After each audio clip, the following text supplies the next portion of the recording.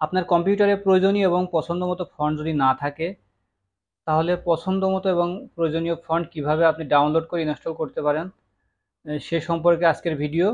বন্ধুরা, আপনারা যদি এই চ্যানেলে নতুন হয়ে থাকেন তাহলে চ্যানেলটিকে অবশ্যই সাবস্ক্রাইব করে সাথে থাকবেন। চলুন মূল ভিডিও শুরু করা যাক। আপনার পছন্দমতো ফন্ট আপনি ডাউনলোড করে নেবেন। যে কোনো একটা ব্রাউজার আপনাকে ওপেন করতে হবে। আমি ক্রোম ব্রাউজার ওপেন করছি। ডাফন্ট লিখে আপনি এন্টার করবেন। প্রথম যে ওয়েবসাইট আসবে এর উপরে আপনি ক্লিক করে দেন।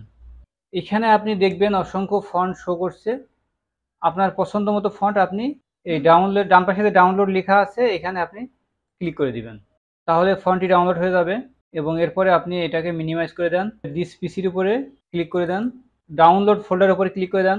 আমরা এই মাত্র এই ফন্টটি ডাউনলোড করেছি, এখান থেকে কপি করে নিয়ে আমরা অন্য কোথাও নিয়ে যাব। এখান থেকে কপি দিচ্ছি এবং ডেস্কটপে এটা পেস্ট করে দিচ্ছি। ফোল্ডারের উপরে রাইট ক্লিক করবেন, এখান থেকে দেখবেন যে এক্সট্রাক্ট অল, এর উপরে ক্লিক করে দেন এবং কোথায় এক্সট্রাক্ট করবেন সেটা আপনাকে দেখিয়ে দিতে হবে। আমি ব্রাউজারে ক্লিক করছি, এখান থেকে আমি ডেস্কটপের উপর ক্লিক করে দিয়ে সিলেক্ট ফোল্ডার করে দিয়ে এক্সট্রাক্ট দিয়ে দিচ্ছি। তাহলে ফন্টটি এক্সট্রাক্ট হয়ে যাবে। রাইট ক্লিক করেন, কপি দেন এবং এরপরে আপনাকে কন্ট্রোল প্যানেলে যেতে হবে। ভিউ বাই যদি ক্যাটাগরি থাকে তাহলে আপনি এটা খুঁজে বের করতে সমস্যা হবে। এখান থেকে ভিউ বাইতে আপনি স্মল আইকন করবেন। এরপরে এখানে ফন্ট আছে, ফন্টের উপর ক্লিক করে দেন এবং এইখানে আপনি একটি ক্লিক করে নিয়ে কিবোর্ড থেকে কন্ট্রোল ভি পেস্ট করুন অথবা রাইট ক্লিক করে এই পেস্টে ক্লিক করবেন। তাহলে ফন্টটি ইনস্টল হয়ে যাবে। বন্ধুরা, আমরা দেখব যে ফন্টটি আমরা ইনস্টল করলাম সেটা আমরা দেখতে পাই কিনা। এখান থেকে আমি এটাকে ক্লোজ করে দিচ্ছি।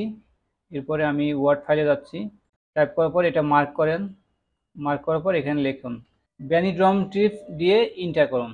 তাহলে দেখুন অলরেডি ফন্টটি আমাদের চলে এসেছে।